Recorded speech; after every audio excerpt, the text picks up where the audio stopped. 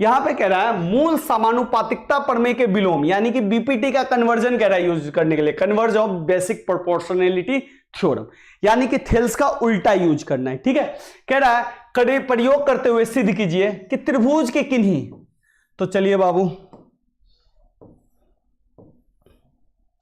त्रिभुज पहले ले लीजिए एबीसी। कह रहा है त्रिभुज की किन्हीं दो भुजाओं के मध्य बिंदु से को मिलाने वाली रेखा, दो भुजाओं के, तो भाई दो भुजा का मध्य बिंदु ये हो गया इस भुजा का, और इस भुजा का मध्य बिंदु ये हो गया। ठीक, अरे इस भुजा का मध्य बिंदु डी हो गया और इस भुजा का मध्य बिंदु ई हो गया। दो भुजा का मध्य बिंदु, दो भुजा का मध्य बिंदु। मध्य बिंदु का मतलब क्या हुआ? मध्य बिंदु का मतलब हुआ एडी जो है वो डीबी के बराबर है। ठीक है, और एई जो है इसी के बराबर है। चलिए थोड़ा सा साइड करके ले लेते हैं। ठीक है, साइड करके एई के बराबर ईसी है।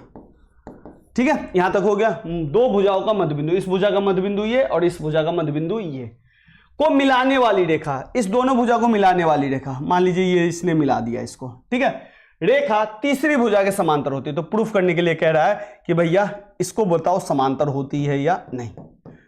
समझ में आ गया? क्लियर बा? कोई दिक्कत बा? चलिए फिर से प्लीज। चलिए, कह रहा है क्वेश्चन कह रहा है कि दो साइड का मिड पॉइंट है, ये एक साइड का मिड पॉइंट डी और ये इस साइड का मिड पॉइंट ई।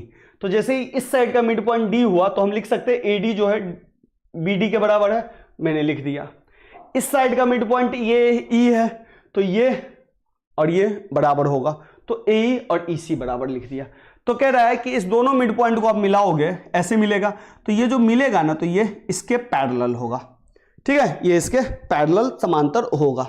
ठीक है बाबू, अब देखिए, अब यहां पे हमारे पास आ गया, ये दोनों दिया है और ये निकालना है। ठीक है, ध्यान से देखिए। अब देखिए इस डीबी को ना मैं इधर ले आऊंगा। इस डीबी को अगर मैं एडी बराबर डीबी है बाबू, तो इसको डीबी को लाने का दो तरीका है। एक डीबी को इधर लाएंगे तो एडी माइनस डीबी हो जाएगा, तो इधर बच जाएगा 0।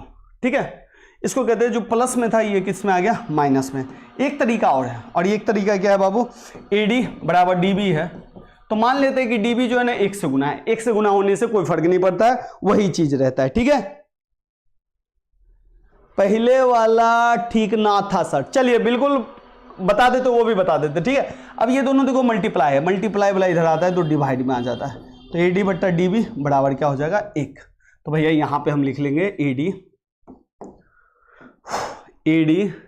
बट्टा डीबी बराबर 1। ठीक है बाबू, इसको मान लेंगे समीकरण 1। यहां भी ऐसे ही करेंगे, इसी को इधर ले आएंगे, तो ए बट्टा ईसी बराबर हो गया 1, समीकरण 2। ठीक है, जिस तरीके से इसको इधर लाए उसी तरीके से इसको भी इधर लाएं। ठीक है, अब समीकरण 1 और 2 से तो लिख लीजिए तुरंत ही समीकरण 1 और 2 से।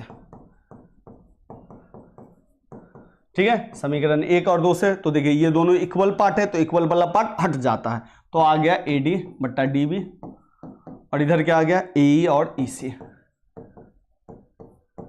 ठीक है बाबू, तो देखिए क्या आ गया?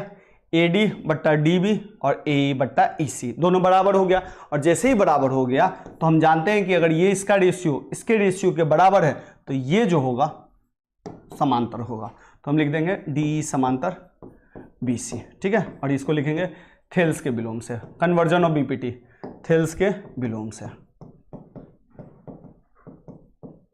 ठीक है बाबू लोग, देख लीजिए, अगर कहीं दिक्कत है तो मुझे बता दीजिए।